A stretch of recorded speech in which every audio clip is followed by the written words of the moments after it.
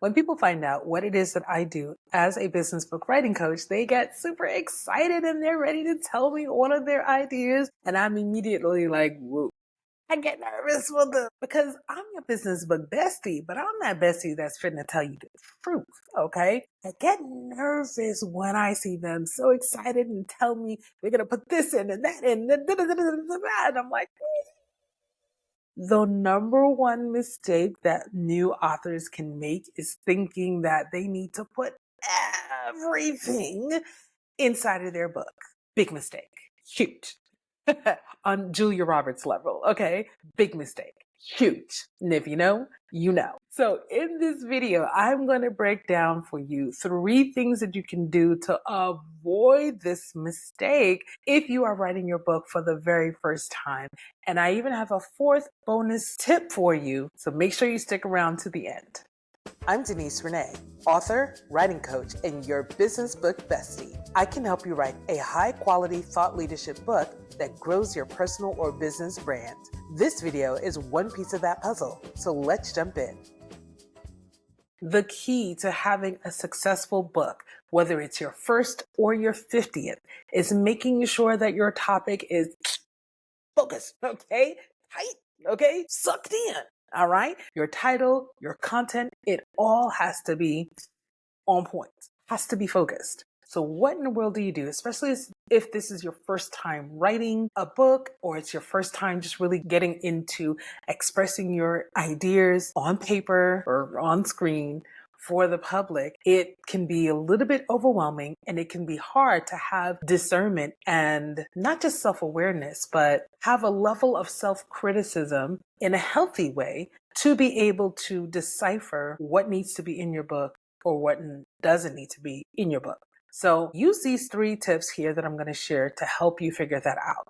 The number 1 tip that I can give for helping you find your focus and make sure it's nice and tight is to create a summary statement for your book. Now, this summary statement has parameters. You can only use 10 words. You hear me? 10 words or less, including your articles, a, and the.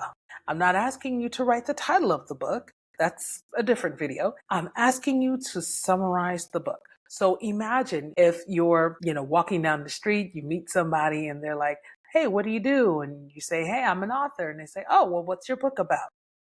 Boom. That sentence, 10 words or less, it has to be so succinct that the person who's listening to it can make a determination instantly on whether or not your book is for them or not. Okay? 10 words or less. I'm not playing about that. All right? You're going to get my New Yorker coming out of me. I'm not playing. All right? 10 words or less. Okay. So let's talk about the characteristics of those 10 words or less. Number 1, like I said earlier, it has to be so succinct that your reader, potential reader, person you're talking to about it, the person who's scrolling through Amazon.com or BarnesandNobles.com, when they land on your image and they decide to click in to read the description of your book, this statement should be like at the top of your description. It should be incorporated in there because here's the tea, here's the shade. If you cannot succinctly tell me what your book is about, you don't know what you're writing about. It's too much. If you're stammering, if you need 30 words, if you need 10 paragraphs, you're not focused. Okay? I told you, I am the bestie that's going to tell you the truth. Another great characteristic of your summary statement should be a promise. What is the reader going to get out of your book? Because we are writing business books here. We are writing nonfiction books. We're not here to entertain, although we can be entertaining. Like, baby, I'm entertaining. If I ain't entertaining you, I'm at least entertaining myself, for sure. But anyway, your book is designed to help your readers accomplish something, do something, or feel like they can do something. So if you're not writing a how-to book where they're able to do something, then you're probably inspiring them that they can make a change in one particular area of their business or their life. What is it? What's that change that you're looking to either help that reader accomplish or inspire them to? 10 words or less on my desk Monday morning. Thank you. This ain't a red pen, but it's going to be ready to mark it up. No, it won't. But seriously, what is it that you're looking to help your reader accomplish or feel like they can accomplish with your help, right? What's that transformation your reader is going to get in their mindset or in their business or in their life that they're going to get once they finish reading this book? What's the promise? What's the payoff? Why are they buying your book? 10 words or less. Next thing you want to do is, now that you have your summary statement succinct, build your outline around it. Now, you hang around my content long enough and you will hear me say outlines are not restrictive, okay? They're just not. They help give you focus. They help guide you. And just because you create an outline doesn't mean you can't write something else, doesn't mean you can't go off script. But when you do go off script, you'll have to decide whether or not what you created off script belongs in the main portion of the content. That's a different subject. That's a different video. But you're going to take your summary statement and you're going to use it as the North Star for your outline.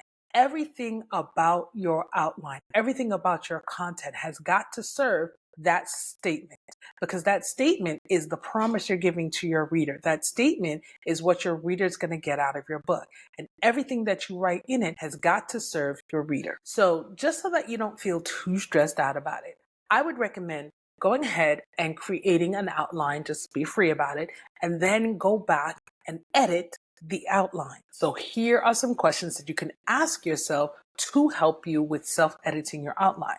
Number one, you're going to take a look at the chapter titles that you've created and think, does this chapter support my summary statement? Does it support that North Star statement that you have created? If it doesn't support it, then either that needs to be rewritten so that it brings that forth to the forefront so that it's very easy to see, or maybe this doesn't belong in the book. Next question. So once you have your chapters, next you have your subpoints under each chapter. Ask yourself, for each subpoint, does this subpoint support my chapter? Because that chapter is supporting the main idea.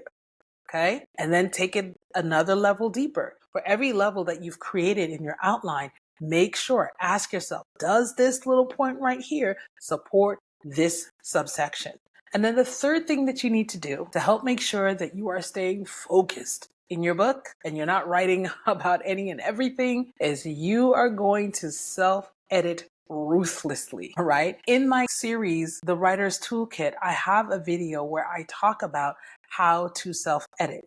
Now, that is a masterclass, okay? That is a masterclass. I strongly urge you that you watch that 2, 3, 4 times until it really sinks in, and not just watch, but actually practice the tips that I put in there for you to help you self-edit. So that self-editing will come as you have more content, of course, written in your first draft or whichever draft you're on. But still in all throughout the writing process, you're going to be thinking about this guiding statement that we've created. Does this serve that purpose? Is this serving my reader? Always have to ask yourself that question. And the minute the answer is no, no matter how dear or darling it is, well, instead of destroying it, here's what I recommend. Take it out of the document that you're working in, put it in another document and save it for later. Okay, because maybe that belongs in another book. And that's the beauty about being an author, is that you are not limited to writing just one book. And in fact, I always recommend you should write a series of books, because people can read the first thing and they're like, okay, but it's the repetition. It's getting deeper into it where you really start to build up people's knowledge, people's understanding. You really start to help them. They really start to experience transformation, and you begin to experience transformation in your business and in your brand. And here is number 4, that bonus tip that I have for you. Do not make the mistake of thinking that you can write your book 100% by yourself. I am a professional writer. I have been writing professionally since 1999. It is 2024, and I was born in 1998. But anyway, listen, y'all know I'm always telling you I'm Gen X, born in 73. I am 51, and I don't care. The grades are showing, and at this point, I'm tired of fighting them, okay? So I have been writing a very long time. I wrote my first short story when I was 8 or 9 years old. I've been getting paid to write, and I've been writing in professional situations since 1999. I'm just now publishing my first book with my name on it because I have ghostwritten books for other clients and I have edited books that are out there in the marketplace for clients. Now this is finally mine. I'm not doing it by myself, okay? I have a team of people that I have on tap that I can tap into for certain aspects of the process that I will need assistance with. All right. So if me as a professional writer, I need a team. Stephen King has an entire team of people behind him. Okay. James Patterson has a team of people behind him to get his work out. Okay. So please do not assume that you're going to do all of this by yourself. Now, number one, you got me here through the video. I am your business book bestie, and I'm here laying it down for you. But there may come a point where you're like, you know what? I think I need to get my business book bestie on the phone, okay? And not on the phone this way. It'll probably be like this or like this, okay? With us in our coaching session. And even if you don't necessarily work with me, you need to work with someone, okay? And multiple someones. And I recently put up a video about why you need to invest in help to write and publish your book. Put it up here on the screen for you now. Go ahead, tap in on it and meet me on the other side because we got to talk.